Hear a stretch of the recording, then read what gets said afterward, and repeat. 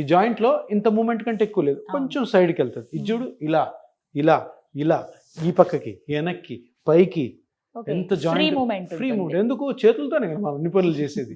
అందుకని దేవుడు దీనికి ఆల్మోస్ట్ లైక్ 180 degrees రొటేషన్ ఇచ్చాడు. 180 degrees రొటేషన్ ఉంటే అదే విధంగా ఇంజరీస్ కూడా అవుతాయి, అంతే కదా. కరెక్ట్. అసలు జాయింట్ మూమెంట్ లేకపోతే అందులో ఇంజరీ ఉండదు. అంత మూమెంట్ ఉందంటే ఇంజరీ ఉంటుంది. ఎన్ని పనులు చేస్తుంటాం. లేడీస్ గురించి అడిగారు.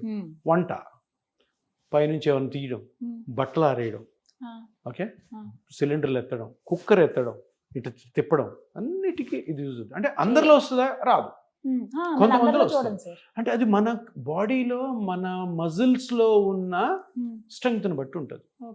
షోల్డర్ జాయింట్ ఒక సాసర్ లాగా ఒకటి ఉంటుంది బోను, ఒకటి కప్ లా ఉంటుంది. కప్ అండ్ బాల్ అంటారు, బాల్ అండ్ సాకెట్ అంటారు. ఇది బాల్, ఇది బాల్, ఇది సాకెట్.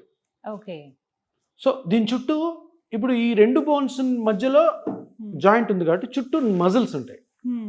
షోల్డర్ లో మీకు నొప్పి వచ్చిందంటే షోల్డర్ పెయిన్ ని కనుక్కోవడం చాలా ఈజీ. ఎందుకు? రెండు బోన్స్ ఉన్నాయి, బాల్, సాసర్, దీని చుట్టూ మజిల్స్. ముందు రెండు మజిల్స్, పైన ఒక మజిల్, వెనకాల రెండు మజిల్స్.